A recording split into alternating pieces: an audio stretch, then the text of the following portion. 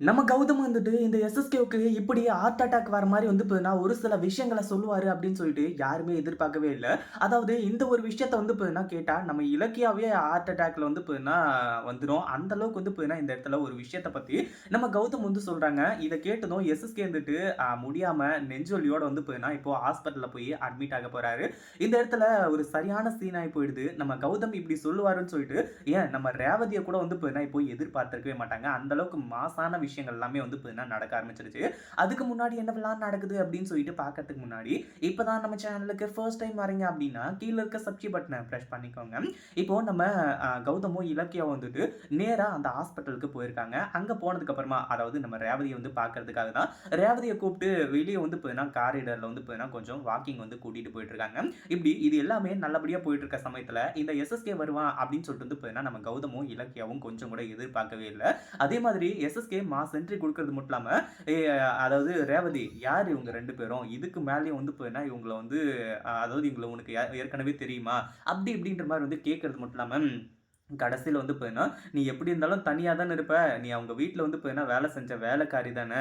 அப்படி இப்படின்ற மாரி கொஞ்ச நேரம் வந்து பார்த்தீங்கன்னா சொல்லிட்டு இருக்காங்க. அதுக்கப்புறம் தான் வந்து பார்த்தீங்கன்னா, எஸ்எஸ்கேவுக்கு இப்படி நம்ம கௌதம் ஒரு அதிர்ச்சிய குடுப்பாரு அப்படின்னு சொல்லிட்டு வந்து யாருமே எதிர்பார்க்கவே இல்ல. அதாவது அ மிஸ்டர் எஸ்எஸ்கே அதாவது இந்த இடத்துல வந்து பார்த்தீங்கன்னா, எஸ்எஸ்கே வந்து இங்க பேசின உடனே, கடைசில வந்து பார்த்தீங்கன்னா, யாரு, என்ன, ஏது அப்படின்ற விஷயம் எல்லாமே வந்து பார்த்தீங்கன்னா, நம்ம கௌதமுக்கு தெரிஞ்சு போச்சு. அதாவது இந்த இடத்துல நம்ம ரேவதி கிட்ட வந்து பார்த்தீங்கன்னா கேட்குறாங்க. "அந்த எஸ்எஸ்கே யாரும்மா?" அப்படின்றமா வந்து சொல்லி, "இவன் வேற யாரும் கிடையாது. என்ன வந்து பார்த்தீங்கன்னா ஏமாத்துனான் அப்படின்ற மாரி வந்து நான் சொன்னேன்ல. அவன் தான் இது." அப்படி இப்படின்ற மாரி வந்து பார்த்தீங்கன்னா, இப்போ நம்ம கௌதம் கிட்ட உண்மையா சொல்ல ஆரம்பிச்சுறாங்க.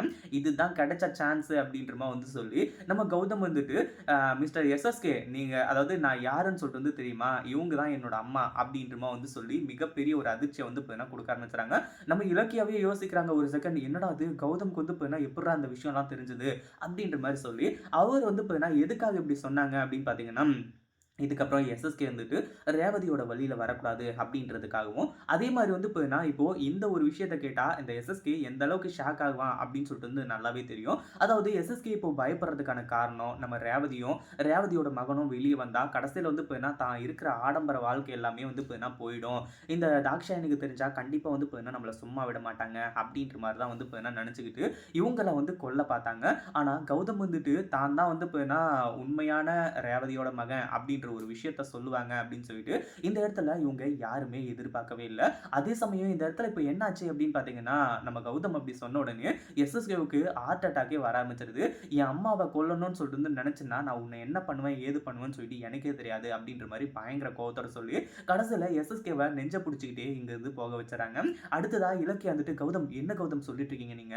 அப்படின்ற மாரி வந்து கேட்கும்போது தான், "இல்ல இலக்கியா, அவங்களுக்கு வந்து பார்த்தீங்கன்னா நம்ம இருக்கோம். அதே மாதிரி இனிமே அவங்க ஹாஸ்பிட்டல்ல இருந்து கஷ்டப்பட வேண்டிய அவசியம்லாம் கிடையாது. நம்ம வந்து பார்த்தீங்கன்னா, இன்னைக்கே போயிட்டு அந்த இடத்த, அந்த வீட்ட வந்து பார்த்தீங்கன்னா ரெஜிஸ்டர் பண்ண போறோம். அதுக்கப்புறம் வந்து பார்த்தீங்கன்னா, மத்தது எல்லாத்தையுமே பார்த்துக்கலாம். முதல்ல ரேவதி அம்மாவுக்கு நல்ல ட்ரீட்மெண்ட்டும், அதே மாதிரி செக்யூரிட்டியும் தேவை." அப்படின்ற மாரி சொல்லி, இப்போ வந்து பார்த்தீங்கன்னா, அவங்கள உண்மையான அம்மா இல்ல அப்படின்னு சொல்லிட்டு வந்து இருந்தாலுமே கூட, அந்த இடத்துல வந்து பார்த்தீங்கன்னா, அவர் வந்து சொன்னது நம்ம ரேவதியோட மனசுக்கு ரொம்பவே சந்தோஷத்த குடுச்சுது. இத பத்தி நீங்க என்ன நினைக்கிறீங்க? இந்த வீடியோ பிடிச்சிருந்தா லைக் பண்ணுங்க, ஷேர் பண்ணுங்க. இப்ப தான் நம்ம சேனலுக்கு ஃபர்ஸ்ட் டைம் வரீங்க அப்படின்னா, சப்ஸ்கிரைப் பண்ணிக்கோங்க.